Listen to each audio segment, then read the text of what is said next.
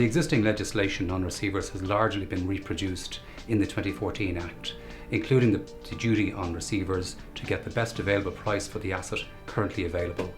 The one significant change is in relation to the powers of receivers. Now, traditionally, the powers of receivers have been dealt with in the mortgage or the debenture document itself, and there has been some difficulties in case law in terms of the powers are not always adequate for what's required.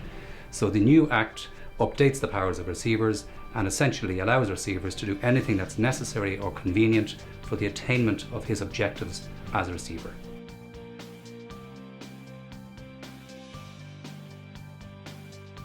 They are: a scheme of arrangement is an arrangement between a company and its creditors in relation to debts owing by the company.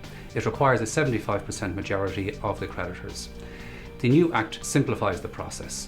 Instead of there being 3 court applications, there is only now 1 court application necessary, because in the first instance, the original meeting of creditors can be convened now by the directors. There is no court application needed.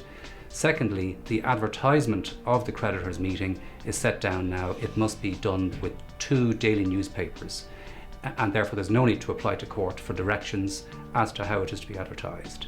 So there's only 1 court application now necessary, which is for the approval and the sanction of the court for the scheme of arrangement.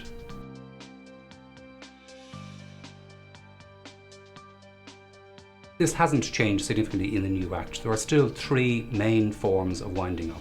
The first is the creditors winding up, which is an insolvent liquidation. The second is a members winding up, which is a solvent liquidation. And the third is a court-ordered winding up. So this hasn't changed in the new Act. The most significant change in the new Act in relation to windings up is that liquidators now must qualify. And in order to qualify, they must be either an accountant or a solicitor or a member of another professional body approved by the Irish Accounting Board.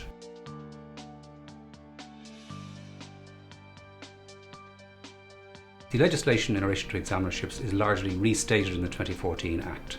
So therefore, in order to obtain protection, you must, as a company, have a reasonable prospect of survival. You will then get a period of 100 days protection in order to reach arrangements with your creditors.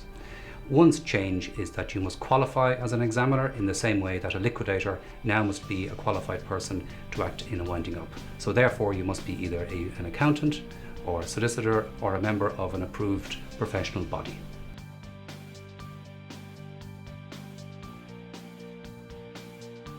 The 2014 Act strengthens and extends the range of offences and penalties.